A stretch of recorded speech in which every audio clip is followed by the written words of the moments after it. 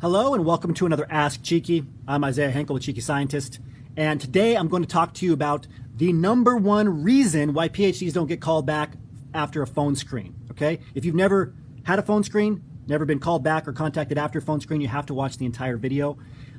After my first phone screen in graduate school, I remember thinking, that was really easy, right? They just talked to me about the weather. They asked me some questions about why I wanted to get into industry, etc. I said, oh, it must have gone well. It seemed pretty easy. There was no difficult technical questions. So I waited to get contacted by email. Surely I would be invited in for a site visit. And I waited, and I waited, and I waited, and I was never contacted. I never got invited to a site visit. I didn't know why. And it really hurt my confidence.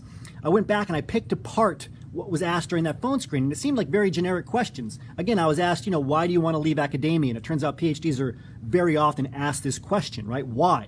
I wasn't really expecting that, so I kind of just rambled on about, wanting to, better my career and use my scientific knowledge and, get paid what I was worth, all these different things, but it wasn't very coherent in retrospect. I remember getting asked questions too about, what I knew about the position and what I knew about the company and how sure I was that I wanted to work for that company. And being a PhD, I was taught to talk more in a passive voice and consider all of my options and not seem too enthusiastic, because people that seemed enthusiastic or seemed very engaged, they came off too strong, right? So I wanted to seem like an intellectual. I wanted to seem like I was carefully considering my options. I wanted to seem like I wasn't too eager. Everything I just told you that I did was wrong. And I'm going to tell you why right now, okay? I want to tell you first, though, this question came in originally from Sonali Rouge, and Sonali asked, I didn't get a call back after my phone screen, what went wrong, right? So that's what we're talking about here. So what went wrong during my phone screen, maybe Sonali, what went wrong for your phone screen is, I didn't answer that why question very well. You're going to be asked why you want the position. So what you can do to prepare for that is find out why the position is available in the first place, and then match your why to that why, okay? Very often positions open up because they're opening up a new department. They have a new product they're about to launch. So your answer should be related, for example, to that product they're about to launch. You're really excited about XYZ product and you want to help it go to the market. You want to help it to test it for QA or to do R&D, or you want to help them create more products within that department, or you want to help them reach their strategic goals, which you can find on the company's About page. All right, so tie your why to their why. In general, you want to talk about how you want to be in business now and you're never going back to academia. Okay, and this gets us to the number one reason why PhDs don't get callbacks, because they're not committed to the position they're talking about. And you might have a lot of different options. You might be worried about putting all your eggs in one basket.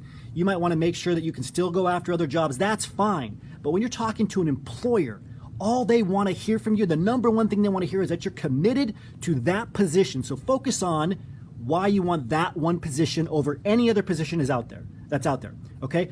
Tell them, convince them, right? Because nobody's going to do it for you. It's a persuasive conversation. It's not an objective, peer-reviewed conversation, okay?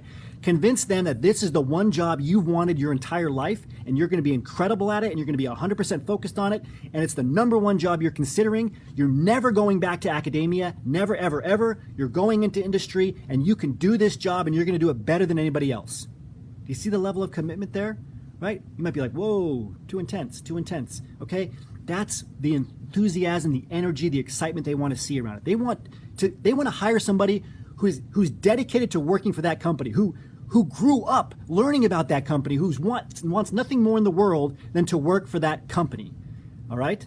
Now, very often as PhDs, we think that if we come on too strong, we're actually going to miss out on an opportunity. But that's academic culture. That's an academic mindset. In industry, they want people who come on strong, that are ready to go, to hit the ground running, right? And to learn, and who are full of energy and full of purpose and direction, and again, who are committed to that position. So make sure you understand that position. Make sure you understand why it's opening up. Make sure you understand the company's mission and values in general, and show them how bad you want it. Tell them why. Make sure that you're building a case for yourself too, because it has to be real. It has to be authentic. It's not about lying to them or manipulating. You have to find the parts of that position that you want completely and that you're dedicated to, and go after it 100% without holding back. One reason that a lot of PhDs hold back too is because they're afraid if they give everything and they let themselves care about the position and be 100% committed to it, that it's going to hurt more if they get rejected. Okay? Don't think about that. Instead, go all in. That's how you're going to get the position. For every one hiring manager or recruiter that you might turn off by being too enthusiastic, you're going to turn off hundreds by not being enthusiastic enough. Okay? So show your commitment. Say, I'm committed. Whatever they say, are you committed to working here on site? Yes, I'm committed to that. That's exactly what I want to do, right? Make sure you actually know it's an on-site position, for example. Are you committed to working with these different departments and doing these skills and activities? Yes, I'm 100% committed to that.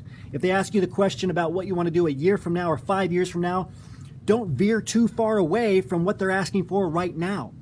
Say, in the future, I'd be looking to gain leadership skills, but right now I'm focused on fulfilling this exact role because it's what I've always wanted to do.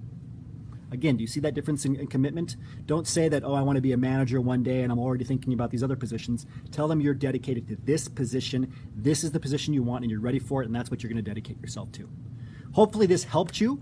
If this was kind of a paradigm shift for you mentally, we have a lot of materials that will help you understand how hiring managers and recruiters think. All you have to do is go to phdsgethired.com, put in your name and email address. We'll send you all of our free materials, and we'll send you some free webinars that'll help you prepare for talking to hiring managers and recruiters with this level of commitment. As always, remember your value as a PhD and start thinking and acting like a successful industry professional.